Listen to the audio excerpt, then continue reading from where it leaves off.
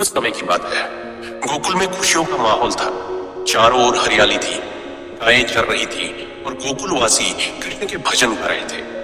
गोकुल के लोग हर वर्ष इंद्रदेव की पूजा करते थे ताकि अच्छी वर्षा हो और उनकी फसलें लहलहा उठे। लेकिन इस बार श्री कृष्ण ने सबको गोवर्धन पर्वत की पूजा करने का सुझाव दिया, क्योंकि गोवर्धन ही गायों को चारा और गोकुलवासियों को जीवन देता था। कृष्ण की बात मानकर सबने इंद्रदेव की बजाय गोवर्धन पर्वत की पूजा की।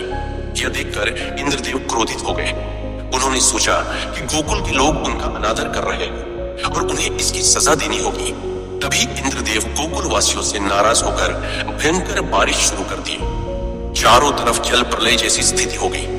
गोकुलवासी भयभीत हो उठे और सोचने लगे कि अब उनका क्या होगा। तब सबने श्री कृष्ण जी से मदद की गुहार लगाई। श्री कृष्ण ने सभी को आश्वासन दिए और गोवर्धन पर्वत की ओर इशारा करते हुए कहा, चिंता मत करो, मैं तुम्हारी रक्षा करूंगा।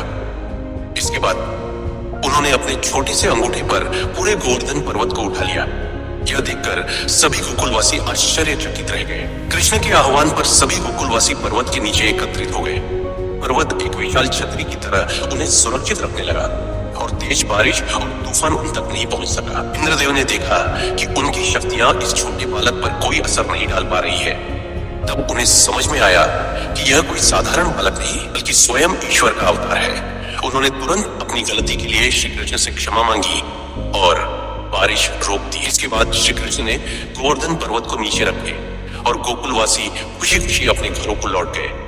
इस प्रकार श्री कृष्ण ने अपनी लीला से न केवल गोकुलवासियों की रक्षा की, बल्कि उन्हें यह भी सिखाया कि किसी भी परेशानी में प्रेम और विश्वास से सब कुछ संभव है।